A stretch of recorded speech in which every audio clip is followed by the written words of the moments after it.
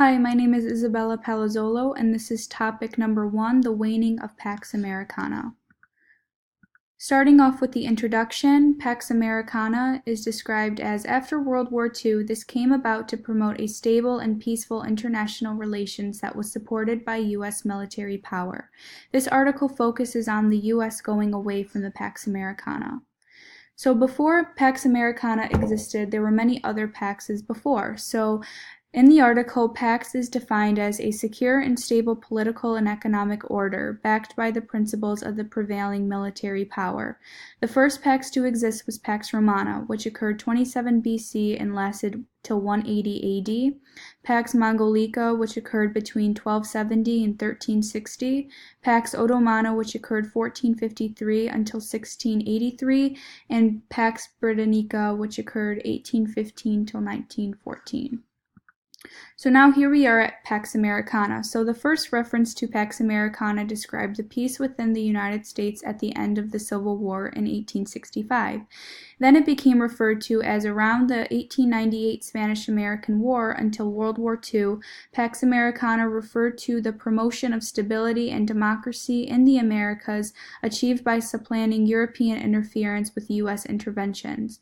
Then it became known as, in the post-World War II era, Pax Americana has referred to an international order in which the U.S. provides relative security and stability, allowing states to interact peacefully for greater prosperity.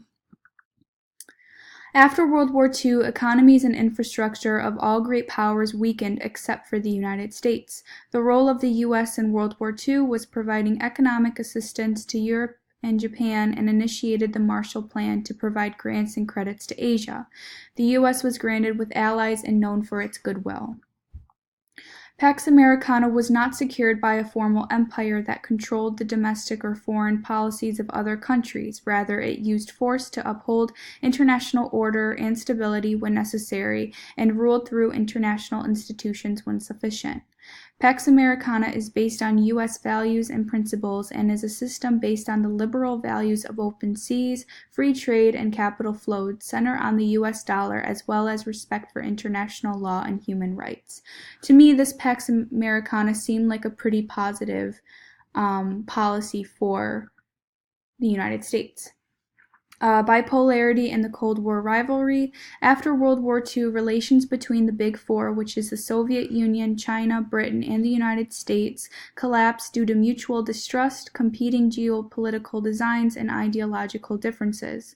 The United States and Great Britain began to show caution of the Soviet Union's intentions. This shows that the U.S. was starting to grow weary of Russia much early on. In 1947, the Truman Doctrine was established, pledging aid to countries that were at risk of falling to the Soviet Union's expansionism. By 1949, NATO was formed between North American and West European countries that pledged collective defense, equivocating an attack on one member of the alliance was attack on all. Unipolarity after the collapse of the Soviet Union. The West was victorious in the Cold War, and the United States emerged as the sole superpower in the international system. In the last decade of the 20th century, the U.S. was known as primus inter pares, meaning a first among equals.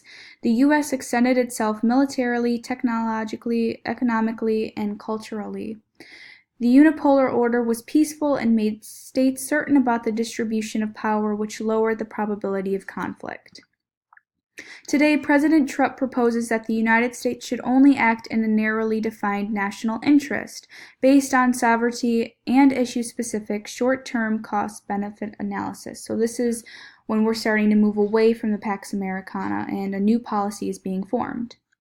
New threats to Pax Americana, terrorism, and rising powers. Threats were aimed at the United States and attacked the Pax Americana.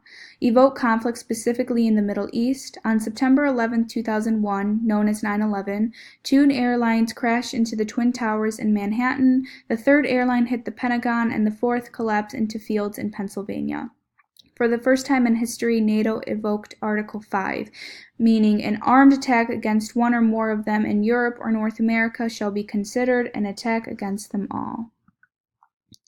On September 20th, President Bush declared a war on terror. The Islamic organization Al-Qaeda was blamed for the attacks. Al-Qaeda's leader, Osama bin Laden, was hunted down but was failed to be found. In 2002, shifts towards other states sponsoring terrorism took place. North Korea, Iran, and Iraq were characterized as rogue states. President Bush claimed that the United States would act in the right to self-defense by acting preemptively against such terrorism. Bush wanted to bring democracy into the world. A new world order and the demise of Pax Americana. When President Obama came to his second term, a more restrained or limited foreign policy was in the making. Leading from behind was what it was referred to. Although President Obama still pushed for Trans-Pacific Partnership, supported the North America Free Trade Agreement and World Trade Organization. So they wanted to separate themselves, but yet again they wanted to still remain under trade agreements, which, sometimes you just can't have it all. President Trump's America's First policy continues to limit and restrain foreign policy. There are concerns due to this policy originating with the America First Committee, which opposed entry into World War II. The article describes maybe portrays anti-Semitism and pro-Nazism. America's First aims to put the U.S. interest over common interest with other states. So this is when Pax Americana is no longer really going to be looked at as a policy anymore, because we want to start, worrying about ourselves before we get involved with other countries and, no longer having the title of being the global policeman. Moving on.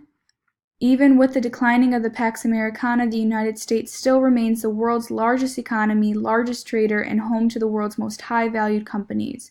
The U.S. dollar is the #1 currency for international business transactions and most deepest financial markets in the world. The unraveling of economic order. America's First policy aims to use U.S. trade statutes to force other countries to adopt more market-friendly policies. Trump administration has raised the specter of replacing multilateral and regional trade agreements with bilateral agreements. Will its members want to negotiate with bilateral agreements is one of the questions described in the article. If the United States renegotiates or repeals trade agreements, there is a risk other countries will retaliate, sparking a tariff war. This is not good. The U.S. dollar can lose its place in being the #1 currency, and the U.S. government's borrowing costs would rise. The U.S. dollar, if that equals less attractive, which that will equal less capital, which would equal reducing imports, which will equal detrimental. As the U.S. economic power fades, so will the U.S. authority within the institutions it created to regulate economic flows. In conclusion, the unraveling of security order. In the security arena, American First means a preoccupation with sovereignty, acting upon immediate threats to the homeland, preventing the emergence of regional powers, and viewing security bargains as quid pro quos. This is risky. An example can be shown with Syrian dictator Bashar al-Assad and his use of chemical attacks on civilians. President Obama said he would intervene, but did not. Today, the problem is not just that the world can no longer count on the U.S. to act as a global policeman, but that the U.S. is seeking to shake down allies for better deals, using exceptionally tough negotiation tactics. So the question is this better or worse for the United States, and will we lose our allies? And concluding with a reference,